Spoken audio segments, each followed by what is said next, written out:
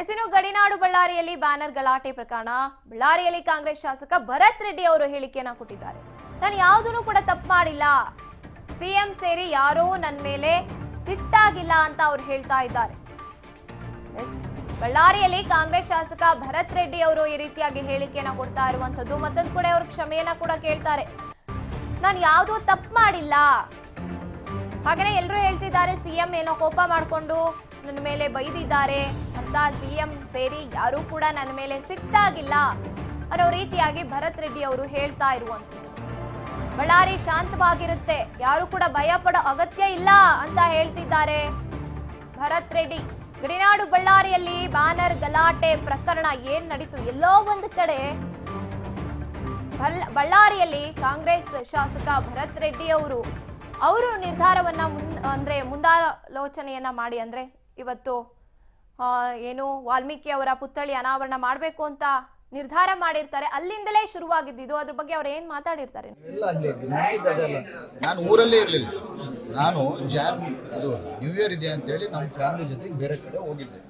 ಅಂಥದ್ದು ಈ ಘಟನೆ ನಡೆದಿದೆ, ಎಲ್ಲಿ ಏನಾಗುತ್ತೆ ಅಂತೇಳಿ ನಾನು ಓಡಿ ಬಂದವನು. ಫ್ಯಾಮಿಲಿ ಎಲ್ಲ ಬಿಟ್ಟು ಬಳ್ಳಾರಿ ಏನಾಗುತ್ತೋ ಮತ್ತೆ ಘಟನೆ ನಡೆದಿದೆ ಈ ಥರ ಅಂತೇಳಿ ಮಧ್ಯಾಹ್ನ 2:30 ಇವರಿಗೆ ಲೊಕೇಶನ್ ಇವ್ರಿಗೆ ಫೋನ್ ಮಾಡಿ ಇವ್ರಿಗೆ ಬೆದರಿಕೆ ಹಾಕೋದು, ಮತ್ತೆ ಆಮೇಲೆ ಸಾಯಂಕಾಲ ಇನ್ನೊಬ್ಬರಿಗೆ ಹೋದಾಗ ಅವ್ರ ಮೇಲೆ ಬೇರೆ ತಂಡವನ್ನು ತಗೊಂಡ್ಬಂದು ಅವ್ರ ಮೇಲೆ ಅಟ್ಯಾಕ್ ಮಾಡೋದು ಇಂಥವೆಲ್ಲ ಆದಾಗ ನಾವು ಅಲ್ಲಿ ಏನು ನಡೀತಿದೆ ಪರಿಸ್ಥಿತಿ ನೋಡಿ at the end of the day ನಮ್ಮ ಯಾರು ಕಾರ್ಯಕರ್ತರು ಇರ್ತಾರೋ ನಾವು ಕಾಪಾಡ್ಕೋಬೇಕು. ಸರ್, ಈಗ ದ್ವೇಷ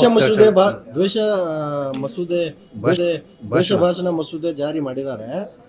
ಭರತ್ ರೆಡ್ಡಿ ಅವರು ನನ್ನ ಮನೆ ಮುಂದೆ ಬಂದು ಮನೆ ಸುಡ್ತೀನಿ ಅಂತೇಳಿ ಹೇಳಿದ್ದಾರೆ. ಮೊದಲು ಅವ್ರನ್ನ ಅರೆಸ್ಟ್ ಮಾಡ್ರಿ ಅಂತ ಹೇಳ್ತಿದ್ದಾರೆ. ನೋಡಿ, ಅವರಿಗೆ ಫುಲ್ ವಿಡಿಯೋ ನೀವು ತೋರಿಸಿ. ನಾನು ಹೇಳಿರೋದೇನು, ಅವ್ರ ವಯಸ್ಸು 65, ನನ್ನ ವಯಸ್ಸು 34. ನನಗೆ ಪೇಷನ್ಸ್ ಇದೆ, ಅವ್ರಿಗೆ ಪೇಷನ್ಸ್ ಇಲ್ದಂಗೆ ಇವೆಲ್ಲ ಗಲಾಟೆಗಳು ಮಾಡ್ಬೋದು. ಒಂದು ವೇಳೆ ಚಿಕ್ಕ ಹುಡುಗ ನನಗೆ ಪೇಷನ್ಸ್ ಇಲ್ಲ ಅಂದರೆ ಇವತ್ತು ಇಲ್ಲೆಲ್ಲಿ ಬಂದಂಥ ಸಾವಿರಾರು ಜನ ಇವನ್ನೆಲ್ಲ ಸುಟ್ಟಾಗ್ತಿದ್ರು. ನಾನು ಇವರೆಲ್ಲ ತಡಿಬೇಕಂತಲೇ ಇಲ್ಲಿಗೆ ಬಂದಿದ್ದೆ ಅಂತೇಳಿ ನೀವು ನೋಡಿದ್ದೀರಿ. ಅದು ಫುಲ್ ಕಂಟೆಸ್ಟ್ ನೀವು ತೋರಿಸಿರಿ. ಅಲ್ಲ, ಅಂದರೆ ನಿಮಗೆ ಏಜ್ 37 ಐತಂತೆ, ಯಾಕೆ ಸರ್ 34 ಅಂತ ಸುಳ್ಳು ಹೇಳ್ತಿದ್ರೆ? ಸ್ವಲ್ಪ ಹೆಂಗೆ ಹೇಳ್ಕೊಂತೀನಿ ಬಿಡಪ್ಪ, ಇದಕ್ಕೆ ಹಂಗೆ ಅದೆಲ್ಲ ಅಫಿಡೇವಿಟ್ ಅಲ್ಲೆಲ್ಲ ಇರುತ್ತೆ. ಬಳ್ಳಾರಿ ಯಾವತ್ತು ಪೀಸ್ಫುಲ್ ಆಗಿರ್ಬೇಕು. ಸ್ವಲ್ಪ ಕ್ಯಾಮ್ರಾ ನೋಡಿ ಸರ್. ಬಳ್ಳಾರಿ ಪೀಸ್ಫುಲ್ ಆಗಿರ್ಬೇಕು. ಯಾಕಂದ್ರೆ ನೋಡ್ಬೇಕು ಈ ಕಡೆ ಬಳ್ಳಾರಿ ಪೀಸ್ಫುಲ್ ಆಗಿರ್ಬೇಕು ಅಂತೇಳಿ ಮೊದಲನೇ ದಿನದಿಂದ ರಾಜಕೀಯ ಬಂದ ದೃಷ್ಟಿಯಿಂದ ಕೋರ್ತೀನಿ. ನಿನ್ನೆ ಕೂಡ ಅದೇ ರೀತಿಯಲ್ಲಿ ಜನಕ್ಕೆ ಕೂಡ ಹೇಳಿದ್ದೀನಿ, ಬಳ್ಳಾರಿ ಶಾಂತಿಯುತವಾಗಿರುತ್ತೆ, ಬಳ್ಳಾರಿ ಶಾಂತಿ ಯಾರೂ ಕೆಡ್ಸೋಕ್ಕಾಗಲ್ಲ, ದುರ್ಗಮ್ಮ ತಾಯಿ ಬಳ್ಳಾರಿ ಕಾಪಾಡ್ಕೊಂಡು ಹೇಳಿದ್ದೀನಿ. ಅದೇ ರೀತಿಯಲ್ಲಿ ಬಳ್ಳಾರಿ ಇಷ್ಟಕ್ಕೆ ಮುಂಚೆ ಯಾವ ರೀತಿಯಲ್ಲಿ ಶಾಂತಿ ಅದೇ ರೀತಿಯಲ್ಲಿ ಯಾರು ಎಷ್ಟೇ ಮಂದಿ ಪ್ರಚೋದನಕಾರಿ ಮಾತುಗಳು ಇವರೆಲ್ಲ ಮಾಡಿ. ಸರ್, ಈಗ ಮುಖ್ಯಮಂತ್ರಿಗಳು ಜೊತೆ ಮಾತಾಡಿದ್ದಾರೆ ಸರ್. ಏನು ಸರ್ಕಾರಕ್ಕೆ ಏನು ಭಾಳ ಭರತ್ ರೆಡ್ಡಿ ಅವರು ಈ ಥರ ಮಾಡಿದಾರಂತೆ, ಮುಖ್ಯಮಂತ್ರಿಗಳು ಭಾಳ ಗಂಭೀರ ಆಗಿದ್ದಾರೆ ಅಂತೇಳಿ ಎಲ್ಲ ಹೇಳ್ತಾ ಇದ್ದಾರೆ. ನೋಡಪ್ಪ, CM ಸಾಹೇಬರು ನಮ್ಮ ಹತ್ರ ಮಾತಾಡಿದ್ರು. CM ಸಾಹೇಬರು ಏನು ನಡೆದಿದೆ ಅಂತ ತಿಳ್ಕೊಂಡ್ರು. ನಾನು ನಿಮ್ಮ ಮೀಡಿಯಾದಲ್ಲಿ ನೋಡ್ತಿದ್ದೆ, ಮುಖ್ಯಮಂತ್ರಿಯವರು ಭರತ್ ರೆಡ್ಡಿ ಮೇಲೆ ಗರಂ ಆಗಿದ್ದಾರೆ ಅಂತ. ನಮ್ಮ ಸಾಹೇಬರು ನಮ್ಮ ಹೈಕಮಾಂಡ್ ನಮ್ಮ ಮೇಲೆ ಏನು ಗರಂ ಆಗಿಲ್ಲ. ಏನು ನಡೆದಿದೆ, ಕಮಿಟಿ ಬರುತ್ತೆ, ಕಮಿಟಿ ಮುಂದೆ ಎಲ್ಲ ವಿಚಾರಗಳು ಬಂದ ಮೇಲೆ ಮಾತಾಡೋಣ ಅಂತ ಹೇಳಿದ್ದಾರೆ ಹೊರತು ಯಾರು ನಮ್ಮ ಮೇಲೆ ಗರಂ ಮಾಡಿ. ಯಾಕಂದ್ರೆ ನಾವು ಏನು ತಪ್ಪೇ ಮಾಡಿದಾಗ ನಮ್ಮ ಮೇಲೆ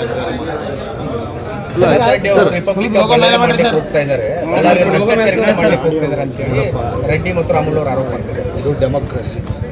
ಅವ್ರು ರಿಪಬ್ಲಿಕ್ ಆಫ್ ಬಳ್ಳಾರಿ ಮಾಡಿರ್ಬೋದು. ಅವರು ಆ ಟೈಮಲ್ಲಿ ಇದ್ದಾಗ ಬಳ್ಳಾರಿನ ರಿಪಬ್ಲಿಕ್ ಆಫ್ ಬಳ್ಳಾರಿ ಮಾಡಿದಂಥದ್ದು ಎಲ್ಲರಿಗೂ ಗೊತ್ತಿದೆ.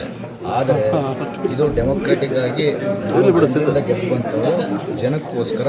ಈ ಜನನೇ ಮುಖ್ಯ ಹೊರತು ಯಾರು ರಿಪಬ್ಲಿಕ್ ಯಾರಿಂದ ನಡೆಯಲ್ಲ ಸರ್. ಈಗ ಯಾರು ನಾನಲ್ಲ, ಬೇರೆ ಎಷ್ಟೇ ದೊಡ್ಡ ವ್ಯಕ್ತಿ ಬಂದು ಅನ್ಕಂದ್ರೆ ಒಂದು 1000 ಪಟ್ಟು ಶಕ್ತಿಯುತ ಇದ್ದಂಥ ಎಲ್ಲರೂ.